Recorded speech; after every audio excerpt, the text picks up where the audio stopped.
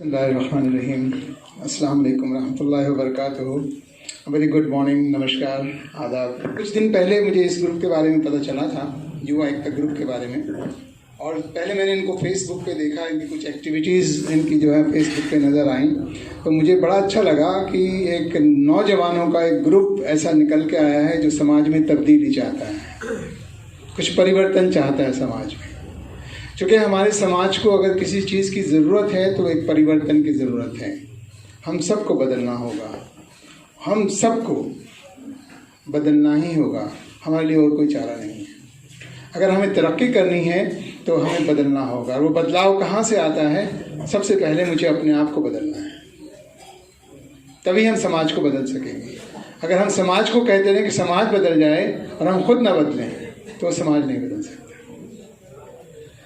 Basically क्योंकि मैं एक टीचर हूँ, शिक्षक हूँ, शिक्षक की हैसियत से काम शुरू किया 1982 में, और एक शिक्षक के लिए बहरहाल तरक्की करते करते हम कहाँ पहुँच गए, वाइस प्रिंसिपल, डायरेक्टर। आज हम स्कूल चला रहे हैं कई दुबई में और कुवैत में, और इरादा कई और कंट्रीज़ में हमारा स्कूल चलाने का है, उज़्बेकिस्तान में, और एक असारा में भी एक स्कूल हम बना रहे हैं। मैं अवार्ड की बात, जो अवार्ड मिला है लंदन में ब्रिटिश पार्लियामेंट में, वहाँ की संसद में, उसकी बात बाद में करूँगा। एक शिक्षक के लिए सबसे बड़ा अवार्ड जो होता है वो उसके विद्यार्थी होते हैं, कि उसके विद्यार्थी उससे पढ़ कर के कहाँ पहुँचे हैं, ये उसका सबसे बड़ा अवार्ड होता है। अगर एक शिक्षक को उसकी क्लास में जिसमें वो पढ़ाता है उसमें 30 बच्चे हैं, अगर वो 30 बच्चे उसको मिस करते हैं, उसको याद करते हैं, यही उसका सबसे बड़ा अवार्ड होता है। शिक्षक के लिए यही अवार्ड होता है। मेरे लिए सबसे बड़ा अवार्ड है कि मेरा ही एक विद्यार्थी मेरे ज़िले में आकर के डिस्ट्रिक्ट मजिस्ट्रेट बनता है, ये मेरा अवार्ड है। मेरा अवार्ड ये है कि मेरा ही एक विद्यार्थी मेरे उत्तर प्रदेश स्टेट का, राज्य का additional director general of police है, ये मेरा अवार्ड है। ये एक शिक्षक का अवार्ड है। मेरा ये अवार्ड है कि मेरा ही एक विद्यार्थी दिल्ली का इनकम टैक्स कमिश्नर है, ये मेरा अवार्ड है। ये एक शिक्षक का अवार्ड है। मेरा ये अवार्ड है कि मेरा ही एक विद्यार्थी प्रेसिडेंट ऑफ इंडिया के प्लेन को उड़ाता है एज ए पायलट, ये मेरा अवार्ड है। तो शिक्षक का अवार्ड क्या होता है कि उसके बच्चे उसके पास से पढ़ कर के कहाँ निकल जाते हैं, देश को चलाते हैं, देश की प्रक्रिया में हिस्सा लेते हैं, और क्या क्या बन जाते हैं, चाहे वो पॉलिटिक्स में आए, चाहे IAS बने, चाहे IPS बने, चाहे वो प्रिंसिपल्स बने या एम्बेसडर्स बने। मेरा ही एक विद्यार्थी एम्बेसडर है, 3 मेरे विद्यार्थी हैं जो एम्बेसडर हैं इंडिया के, ये हमारा अवार्ड है। ये अवार्ड जो हमें लंदन पार्लियामेंट में या लंदन की संसद में मिला है, ये बहुत छोटा सा अवार्ड है। हमारे बड़े बड़े अवार्ड तो वो हैं जो हमारे विद्यार्थी आगे बढ़ करके हमारे देश को चला रहे हैं, ये हमारा अवार्ड है, वही हमें अच्छा लगता है। मुझे बड़े फख्र महसूस होता है कि मुझे असारा से मेरा ताल्लुक़ है, मुस्लिम जाट बिरादरी से मेरा ताल्लुक़ है। हालांकि मैं इसमें यकीन नहीं करता, बिरादरी में, रिलीजन में, सब हमें जो है अल्लाह ताला ने जहाँ पैदा कर दिया उसमें हमारी कोई चॉइस नहीं थी। हमारी मर्जी से हम पैदा नहीं हुए कि हमें कहाँ पैदा होना है। हम हिंदुस्तान में पैदा होने थे, हिंदुस्तान में पैदा हो गए। असारा में पैदा करना था, असारा में कर दिया। मुस्लिम परिवार में पैदा होना था, वहाँ पैदा हो गए। मुस्लिम जाट के यहाँ पैदा होना था, वहाँ हो गए। उसमें हमारी कोई चॉइस नहीं है, हम अपनी मर्जी से पैदा नहीं हुए। हाँ, लेकिन उसके बाद की जो प्रक्रिया है वो हमारी मर्जी की है। हम अगर पढ़ेंगे, लिखेंगे, समझेंगे तो शायद मुझे पता लगे मैं आज मुसलमान हूँ तो क्यों हूँ। क्या मैं इस्लाम को समझता हूँ? क्या मैं इस्लाम के बारे में जानता हूँ कि इस्लाम क्या है, इस्लाम मज़हब क्या सिखाता है? क्या मैं उसके बारे में जानता हूँ? अगर मैं एक शिक्षक हूँ, क्या मैं अपनी ड्यूटीज़, अपने फ़राइज़, जो मेरा फ़र्ज़ है एज ए शिक्षक, क्या मैं वो पूरा कर रहा हूँ? मुझे राकिब साहब ने और आशू साहब ने ये बताया था कि आज जो ये प्रोग्राम हो रहा है इसमें ज़्यादातर शिक्षक लोगों को बुलाया गया है, तो मैं उसी के बारे में 2 बात कहना चाहूँगा शिक्षकों को, टीचर्स को। आज इस मजलिस में जो लोग यहाँ बैठे हैं उसमें मेरे बुज़ुर्ग भी हैं, कुछ लोग मेरे चाचा लगते हैं, ताऊ तो अब कोई नहीं है, लेकिन चाचा जी बैठे हैं यहाँ। कुछ लोग मेरे हम पल्ला हैं, जो मेरे हम दर्जे के हैं, मेरे भाई लगते हैं। कुछ जो हैं वो बच्चे हैं, और कुछ जो हैं शायद ग्रैंड चिल्ड्रन की, पोता पोतियों की उसमें आते हैं कि पोते हैं। मेरा अपना गांव है। मैं ये बताना चाहूँगा, जो शिक्षक लोग यहाँ बैठे हैं, जो टीचर्स लोग यहाँ बैठे हैं, कई चीज़ें हमें देख करके बड़ा अफसोस होता है कि हमारा टीचर, जिसे हम ये कहते हैं कि वो राष्ट्र का निर्माता है, वही राष्ट्र को बनाता है। क्योंकि उसके पास से जो बच्चे पढ़कर जाते हैं, अब ये हमारे सीईओ साहब बैठे हैं, कुशवाहा साहब, ये भी जाहिर है किसी न किसी शिक्षक के पास पढ़कर आए होंगे। और जो शिक्षक ने इनको तालीम दी होगी, जो शिक्षा दी होगी, जो इनको वैल्यूज़ दी हों, कुछ वैल्यूज़ तो घर से मिलती हैं और कुछ वैल्यूज़ जो है हमें विद्यालय से मिलती हैं। इसीलिए विद्यालय के, किसी भी विद्यालय के बाहर गेट पर, द्वार पर ये लिखा रहता है, शिक्षार्थ आइए, सेवार्थ जाइए। आप विद्यालय में आते हैं शिक्षा हासिल करने के लिए, शिक्षा ग्रहण करने के लिए, और जब जाते हैं तो समाज की सेवा करने के लिए जाते हैं। मैं दो चार बातें अपनी जीवन की आपको बताना चाहता हूँ। मैं शिक्षक नहीं बनना चाहता था, क्योंकि यहाँ सब शिक्षक बैठे हैं, मैं इसलिए ये बात करना चाहता हूँ कि मैं शिक्षक नहीं बनना चाहता था। मेरी ख्वाहिश नहीं थी। मेरा मन था कि मैं इंडियन आर्म फोर्सेस में एज ए कमीशन्ड ऑफिसर मैं ज्वाइन करूँ, ये मेरी दिली तमन्ना थी। मगर किसी वजूहात की बिना पर मेरे वालिद साहब रिटायर होने वाले थे। मेरे बड़े भाई साहब जो मुझसे 10 साल बड़े थे, वो अभी स्टूडेंट थे, उनको भी जॉब नहीं मिला था। मैं घर में सबसे छोटा था। वालिद साहब का रिटायरमेंट करीब था। उन्होंने कहा कि बड़ा भी अभी जॉब नहीं लगा है, तुम जो है कहते हो तुम आर्म फोर्सेज में जाओगे। भाई ऐसा काम करो, तुम कुछ ऐसी ट्रेनिंग कर लो जिससे तुम्हें नौकरी जल्दी से मिल जाए। साहब ऐसा कौन सा काम किया जाए? साहब तुम बीएड कर लो, ये प्रोफेशनल कोर्स है, बीएड कर लोगे तो टीचर तो कहीं बन ही जाओगे। मैंने कहा मैं तो टीचर नहीं बनना चाहता, मैं तो आर्म फोर्सेज में जाना चाहता हूँ, कमीशन्ड ऑफिसर बनना चाहता हूँ। मैंने कहा नहीं, मेरा एक कहना मान लो, बीएड कर लो, उसके बाद तुम्हें जो करना होगा कर लेना। जॉब ऐसा तो नहीं बीएड करते ही फौरन जॉब मिल जाएगा। हमने वालिद साहब के कहना में आकर उनका कहना माना, चूँकि हम बड़े आज्ञाकारी पुत्र भी थे, तो उनका कहना मान लिया और बीएड में दाखिला ले लिया। और बीएड में दाखिला लेने के बाद बीएड भी कर लिया और बीएड करने के बाद एमए में एडमिशन लिया। मैं इधर एडमिशन लिया था, उधर जो है हमारा सैनिक स्कूल जो मिनिस्ट्री ऑफ डिफेंस के अंडर में आते हैं, डिफेंस मिनिस्टर उसका चेयरमैन होता है, वहाँ हमारा सिलेक्शन हो गया। वालिद साहब ने हमें ज़बरदस्ती हॉस्टल से निकाला और ट्रेन में बिठा दिया कि जाओ तुम्हारा जॉब लग गया। जाके हमने ज्वाइन कर लिया, मजबूरी थी, वालिद साहब का रिटायरमेंट था। लेकिन जब टीचर बन गए, अब हम जिस प्रोफेशन में भी आ गए हैं उस प्रोफेशन को हमने 100% देना है। उसमें हमने अपनी तरफ से, चूँकि अब वो हमारी रोजी रोटी है, वो हमारा प्रोफेशन है, तो उसको हमने 100% देना है। जब हमने सैनिक स्कूल चित्तौड़गढ़ राजस्थान में ज्वाइन किया एट द एज ऑफ 21, मैं उस स्कूल में यंगेस्ट टीचर था। 21 की एज में, 21 साल कुछ महीने की मेरी उम्र थी जब मैंने वहाँ ज्वाइन किया। जो 12वीं क्लास के वहाँ लड़के थे वो मुझसे भी कदमे लंबे लंबे हुआ करते थे, और हम उनके साथ अगर खड़े होते थे तो लगता था कि हम टीचर नहीं हैं बल्कि स्टूडेंट ही हैं। वहाँ हम 7 साल रहे उस स्कूल में। लेकिन एक तो पंक्चुअलिटी, क्योंकि जाहिर है आर्मी डिसिप्लिन था, आर्मी सेटअप था। वालिद साहब ने हमारे कहा तुम आर्मी में जो है आर्म फोर्सेज में ऑफिसर बनना चाहते थे, सैनिक स्कूल में चले गए हो तो दोनों काम तुम्हारे पूरे हो गए, शिक्षक भी बन गए और आर्म फोर्सेज के सेटअप में भी आप रह रहे हैं। थैंक गॉड, मैं ऊपर वाले का बड़ा शुक्र अदा करता हूँ कि मेरी ट्रेनिंग एक ऐसे स्कूल से, या मेरा करियर एक ऐसे स्कूल से शुरू हुआ जहाँ से बच्चे पढ़कर इंडियन आर्मी का chief of army staff general Dalbir Singh Suhag उसी स्कूल का पढ़ा हुआ है।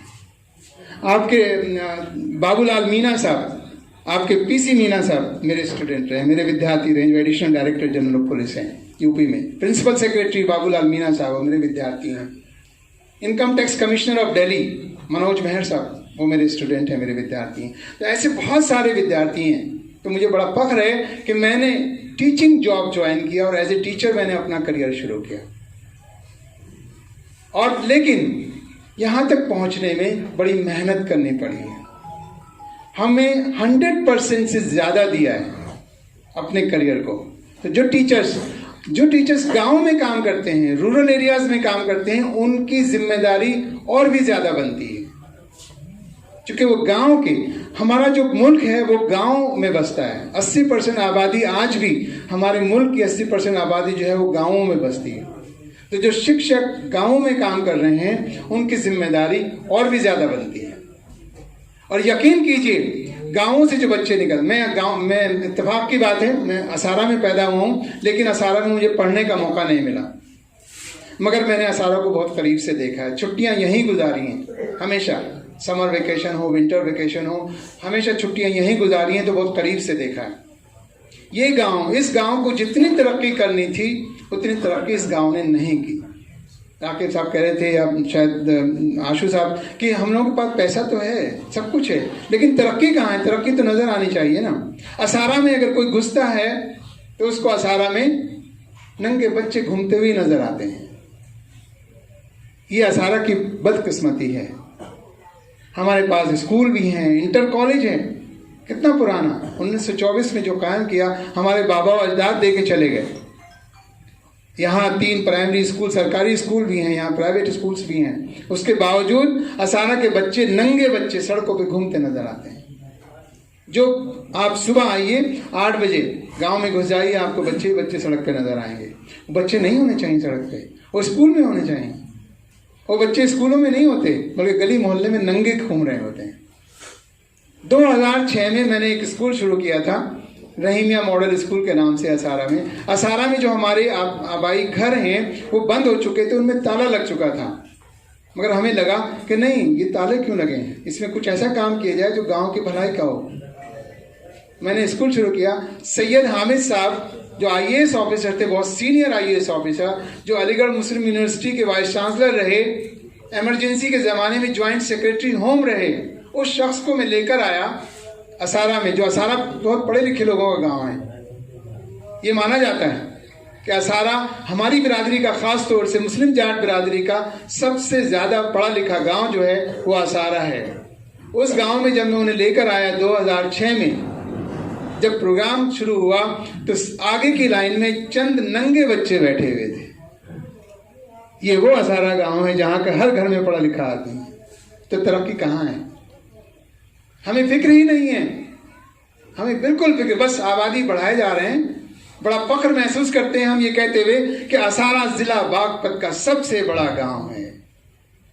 हाँ साहब, बड़ा गांव है, आबादी के हिसाब से आपकी 25,000 30,000 आबादी है, लेकिन क्या तरक्की भी है गांव में?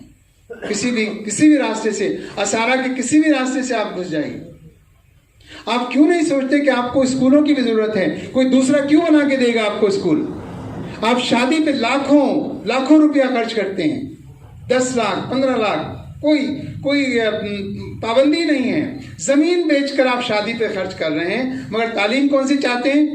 चंदे की, फ्री की, मुफ्त की। पढ़ाई पे नहीं खर्च करेंगे साहब, हर एक चीज पर खर्च करेंगे, मगर पढ़ाई पे नहीं खर्च करेंगे। क्यों भाई? सरकार ने ठेका लिया है आपको पढ़ाने का। सरकार ने कहा था बच्चे पैदा करने के लिए, क्या आप आबादी बढ़ाते जाइए, बच्चे पैदा करते जाइए, पढ़ाऊंगा मैं, सरकार पढ़ाएगी। क्यों सरकार पढ़ाएगी आपके बच्चों को? सिर्फ इसलिए कि आप टैक्स देते हैं, और तो टैक्स भी नहीं देते, फिर सरकार क्यों पढ़ाएगी? दूसरे लोगों के बच्चों को सरकार पढ़ा रही है। जो स्कूल्स खुल रहे हैं आपके चारों तरफ, आप असारा को छोड़ दीजिए, असारा को छोड़ करके पूरे इलाके में आप देख लीजिए, स्कूल किसके हैं? जिन्होंने स्कूल खोले वही तरक्की करेंगे।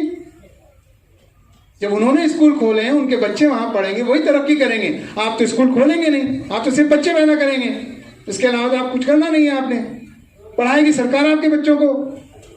अरे भाई आप पढ़ाइए। जब आप खर्च करते हैं ईद पर, बकरीद पर, दिवाली पर, होली पर, बारात में, शादी में, हर एक चीज पे आप खर्च करते हैं, तालीम पे क्यों खर्च नहीं करते? तालीम कहते हैं कि नहीं वो सरकार देगी। तो सरकारी स्कूलों में जाके देख लीजिए क्या हाल है।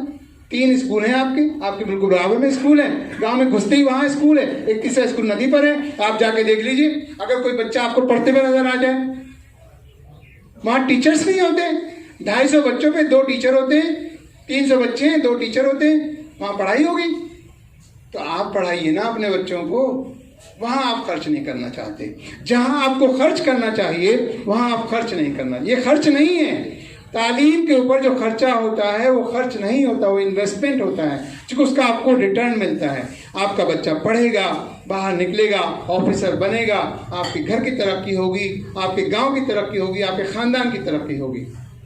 हमें आज अगर किसी चीज पर खर्च करने की जरूरत है तो सिर्फ और सिर्फ तालीम पर खर्च करने की जरूरत है। और मैं जितने लोग यहाँ टीचर्स बैठे हैं, मैं उनसे एक ही गुजारिश करूंगा कि आप अपनी ड्यूटी जरूर पूरी करें। आप स्कूल वक्त पर जाएं, आप अपने बच्चों को पढ़ाएं। जितना भी मैं बहुत सारी मजबूरियां हैं जो मैं समझ सकता हूं। टीचर ही कह सकता है कि साहब मेरे पास 200 बच्चे होते हैं, मैं कैसे पढ़ाऊं। आप 200 बच्चों को भी जो कुछ भी आप पढ़ा सकते हैं वो उनको पढ़ाएं। 4 घंटे का आपके पास वक्त है, 5 घंटे का आपके पास वक्त है। अगर कोई आदमी करने की ठान ले कि मुझे करना है तो वो उसको कर गुजरता है। वो कहते हैं मंजिल की है तलाश तो दामन जुनून का थाम। अगर आपको किसी मंजिल को हासिल करना है तो आपको जुनूनी बनना पड़ेगा, पागल बनना पड़ेगा। दुनिया आपको पागल कहेगी, मुझे भी कह रहे हैं, मुझे असारा के लोग ही पागल कहते हैं। मैं आपको यकीन दिला रहा हूं मैं आपको कि मेरे गांव के लोग, असारा के लोग कहते हैं अनीस अहमद पागल आदमी है, यहाँ पैसे खर्च कर रहा है, यहाँ स्कूल बना रहा है, मदरसा बना देता, स्कूल बना रहा, पता नहीं क्यों बना रहा, वहां स्कूल चलेगा सोचती रोड में। ये असारा के लोग हैं जो असारा में नहीं बाहर भी जाके बात करते हैं। अरे हमारे खानदान में भी एक पागल सा आ गया, वहां लगा रहा है इतना पैसे सोचती रोड पे, और स्कूल बना रहा अंग्रेजी का, स्कूल चलेगा, यहाँ मदरसा बना देता, या गांव में इतने मदरसे उनमें दे देता पैसा। अरे भाई मदरसों ने तो बर्बाद कर दिया हमें।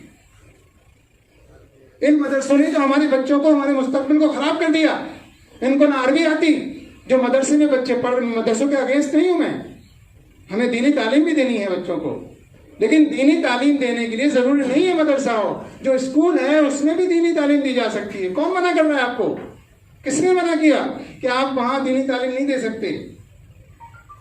मदरसों में जो बच्चे अरबी पढ़ रहे हैं, 9 साल 10 साल 11 साल अरबी पढ़ते हैं, और यकीन कीजिए इन मदरसों में पढ़ने वालों को कोई अरबी नहीं आती, ना उनको कुरान आता है, ना उनको अरबी आती है, ना उनको बोलनी आती, ना उनको समझ नहीं आती।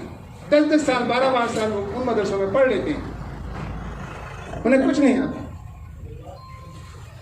केरला में जाके देखिए, केरला में जो बच्चा मदरसे में, जो मदरसा है वही 9 बजे के बाद इंग्लिश मीडियम स्कूल बन जाता है। वही मदरसा सुबह 9 बजे तक उसमें दीनी तालीम होती है, और 9 बजे के बाद वो अंग्रेजी मीडियम स्कूल बन जाता है। तो वहां से जो बच्चा निकलता है वो इंजीनियर भी है, वो डॉक्टर भी है, वो आलिम भी है, सब कुछ है। मगर हमारे यहाँ जब वो 9 साल अरबी मदरसे में पढ़ के निकलता है तो वो कुछ भी नहीं रहता, उसको कुछ भी नहीं आता। उससे कह दो कि मस्जिद में खड़े होकर खुतबा दे दो तुम आज के हालात पर, कि आज जिंदगी हमें कैसे गुजारनी चाहिए। उस मदरसे से निकला हुआ जो बच्चा है, अगर उससे आप कह दीजिए कि खुतबा क्या होता है, जुमे की नमाज में, उसको जुमे की नमाज का खुतबा देना नहीं आता। उसको ये नहीं पता कि जुमे की नमाज के खुतबे के क्या मायने हैं। जुमे की नमाज के खुतबे के ये मायने हैं कि जुमे की नमाज हो रही है, पूरा इलाका, पूरा मोहल्ला आपका इकट्ठा है मस्जिद में, तो उनको ये बताइए कि जिंदगी कैसे गुजारनी है। खुतबा ये है, खुतबा वो नहीं है जो किताब हाथ में लेकर के वो चंद बातें पढ़ देते हैं बस अरबी की, वो खुतबा नहीं है। खुतबा ये है कि उसको ये बताना है कि आज जिंदगी के जो हालात हैं, अगर आपके गांव में गंदगी है, आपकी नालियां गंदी हैं, उन गंदगी को सफाई करो, ये बताना है उस जुमे के खुतबे में। कांग्रीगेशनल प्रेयर होती है, इकट्ठे होते हैं, तो उनको बताइए जिंदगी कैसे गुजारनी है आपने। जो क्राइम हो रहे हैं गांव में, जो बुराई फैल रही है गांव में, उस बुराई को दूर कैसे किया जाए, खुतबे में ये बताना है। कोई बताता है किसी मस्जिद में? असारा गांव में 19 मस्जिदें हैं, बताइए किसी मस्जिद में कोई इमाम जिक्र करता है कि जिंदगी कैसे गुजारनी है, क्राइम को कैसे दूर करना है, गंदगी जो है उसको कैसे दूर करनी है, साफ सुथरा रहना चाहिए। आप अपने घर की गंदगी दूसरे घर के सामने डालाते हैं, कूड़ा आप साफ नहीं करते, गली आप साफ नहीं करते, नाली आप साफ नहीं करते, पानी है इधर बिजली आई समरसेबल चलते रहते हैं, आपकी नालियां जो है नहरें बन जाती हैं, आप पानी वेस्ट कर रहे हैं। 2 साल के अंदर आपके गांव असारा में पानी नहीं होगा। चेन्नई में ऑलरेडी पानी खत्म हो चुका है। दिल्ली और दिल्ली के अतराफ का जो इलाका है वो एकदम भयंकर हालत में है कि 2 साल के अंदर जो ग्राउंड वाटर खत्म हो जाएगा। क्यों खत्म हो जाएगा? आप भैंस को नहलाते तो समरसेबल चला के आप भैंस को नहला रहे हैं, बाल्टियों से नहीं नहलाते। अब बाल्टियों का जमाना खत्म हो गया, समरसेबल चलाया और उठा के भैंस के ऊपर लगा देते हैं, पानी आप वेस्ट कर रहे हैं। ये काम भी शिक्षक का है कि शिक्षक जो है वो लोगों में अवेयरनेस क्रिएट करें। जो मसाजिद के इमाम हैं उनका काम है कि वो लोगों को बताएं कि पानी बहुत कीमती है, और ये अल्लाह ताला ने फ्री में दिया है। तो ये काम है बताने की। ये कौन बताएगा? ये तो शिक्षक बताएगा, या मस्जिदों के इमाम बताएंगे, या मंदिरों के पंडित बताएंगे, और कौन बताएगा? मगर वो अपना काम नहीं करते। हमारा काम तो क्या है? बस लोगों को आपस में बांटते जाइए। जो काम करने का है वो हम करेंगे नहीं। एक जो आशु साहब ने शुरू में बात की थी कि समाज में परिवर्तन लाना है, ये परिवर्तन कौन लाएगा? ये हम और आप लाएंगे। मुझे सबसे पहले अपने आप को बदलना होगा। पहले मैं बदलूं, फिर मैं इनको कहूँगा बदलने के लिए, ये बदलें, फिर उनको कहूँगा। इस तरीके से वो तब्दीली आएगी समाज में, तभी तब्दीली आती है। मगर इस तब्दीली में शिक्षक का काम सबसे बड़ा है। और जो शिक्षक ठान लेते हैं, बड़ी बड़े रिवोल्यूशन जो शिक्षक ही लेकर आए हैं पूरे संसार में, जितने बड़े रिवोल्यूशन आए हैं सब शिक्षक लेकर आए। तो मेरी आप लोगों से गुजारिश है, आप लोगों से रिक्वेस्ट है कि आप लोग अपने आप को बदलें, अपने बच्चों को बदलें, उनको तालीम दें, और तालीम के मैदान में जो आपके फ़राइज़ हैं, जो आपकी ड्यूटीज़ हैं, वो आप अपनी ड्यूटी पूरी करें। सुबह जाते हैं स्कूल में जाइए, 8 बजे आपका टाइम है, 12 बजे तक आप रहते हैं या 1 बजे तक रहते हैं। जो भी आप बच्चों को 5 घंटे में तालीम शिक्षा दे सकते हैं वो आप उनको शिक्षा दीजिए। वहाँ जो आप जाते हैं, रोज़ी रोटी वो तो आपको मिलती ही है, जो भी तनख्वाह आपको मिलती है गवर्नमेंट। अब गवर्नमेंट स्कूलों में तनख्वाह भी बहुत अच्छी मिलती है, बहुत कम नहीं। एक ज़माना था जब कहते कि शिक्षक को तनख्वाह अच्छी नहीं मिलती, अब तो सरकारी स्कूलों में जो तनख्वाहें हैं वो बहुत अच्छी हैं। तो आप उस नज़रिए से अपने आप को देखिए कि आपके ऊपर एक जिम्मेदारी दी गई है शिक्षक बना करके, आप उस जिम्मेदारी को निभाएं और पूरे समाज में परिवर्तन लाएं। अगर ये जो हमारा गांव है 25,000 या 30,000 जो भी आबादी है, अगर इस गांव के शिक्षक ही ये समझ लें कि मुझे इस गांव में तब्दीली लानी है, तो वही शिक्षक है जो इस गांव में तब्दीली ला सकता है। सफाई के मैदान में गाँव हमारा सबसे गंदा रहता है, आप जाके देख लीजिए, दूसरे गाँव में भी देख लीजिए आप। मैं भी गया हूँ दूसरे गांव में बहुत। मैं तकरीबन 2006 से जो है बिरादरी के गांव के दौरे करता हूँ, जाता भी हूँ, तो मैं देखता हूँ सारा गांव आज भी सबसे गंदा दिखाई देता है। किसी भी एरिया से, किसी भी तरफ से आप गांव में घुस जाइए, घुसते ही जो है गंदगी है गांव में। सत्यपाल जी यहाँ 2014 में सत्यपाल जी आए थे यहाँ। सत्यपाल जी जिस वक्त घुसे गाँव में तो उन्होंने मेरे से यही कहा, सत्यपाल जी ने, अनीस भाई ये पहला गाँव है जिसमें आज मैं घुस रहा हूँ तो यहाँ अभी भी जो है वो कंक्रीट की सड़कें नहीं हैं। उस वक्त खंजा लगा हुआ था जब वो आए थे। तो ये है आपके गांव का।